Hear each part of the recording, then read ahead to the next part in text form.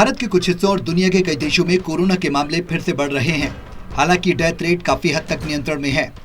WHO की corona पर गठित इमरजेंसी कमेटी ने बुधवार को कहा कि कोरोना वायरस अब भी स्वास्थ्य के लिए एक बड़ा खतरा बना हुआ है।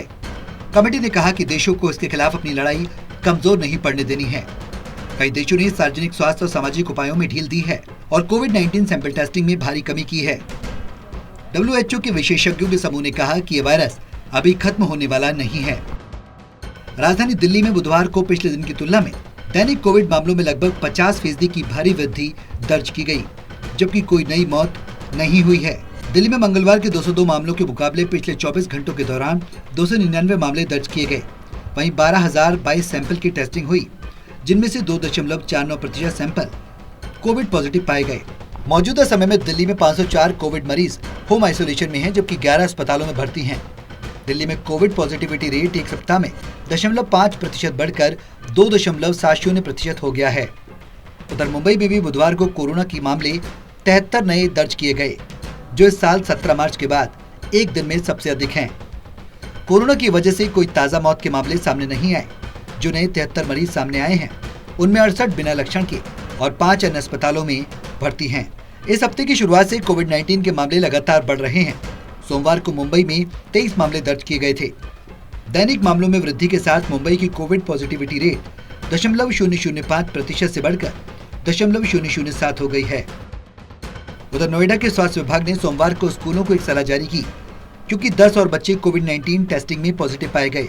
इस हफ्ते जिले में संक्रमित होने वाले नाबालिगों की कुल संख्या 20 से ज्यादा हो गई है। नोएडा ग्रेटर नोएडा के सभी स्कूलों को सलाह दी गई है कि किसी भी बच्चे को खांसी, जुकाम, बुखार, दस्त या कोविड-19 के कोई भी लक्षण दिखें तो तुरंत इलाज के लिए स्वास्थ्य विभाग को सूचित करें। गौतम बुद्ध नगर जिले के स्वास्थ्य विभाग ने एक बयान जारी कर कहा कि सक्रिय मामलों की कुल संख्या अब 90 हो गई है। देश के साथ विदेश में भी कोरोना के मामले तेजी से बढ़ रहे हैं। अमेरिका में कोरोना के मामलों में तेजी से उछाल देखा गया है। ओमिक्रॉन का सब वेरिएंट BA.2 देश के उत्तर पूर्व क्षेत्र तक फैलना शुरू हुआ है।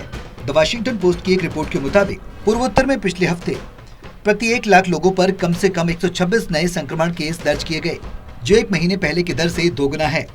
वहीं न्यूजीलैंड के स्वास्थ्य मंत्रालय ने एक बयान जारी कर कहा कि देश ने बुधवार को कोविड के 9,495 नए सामुदायिक मामले दर्ज किए। स्वास्थ्य मंत्रालय के मुताबिक नए सामुदायिक कोविड संक्रमणों में 1828 मामले देश के सबसे बड़े शहर ऑकलैंड में पाए गए। वहीं चीन में गुरुवार को 29,317 नए दैनिक कोरोना मामले दर्ज किए गए, जो महामारी की शुरुआत के बाद से सबसे अधिक हैं। चीन की आर्थिक राजधानी शंघाई में 25,000 से ज्यादा नए कोविड के मामले सामने आ चुके हैं।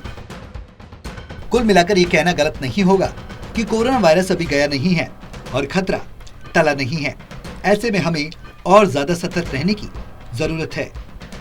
Special desk, total news.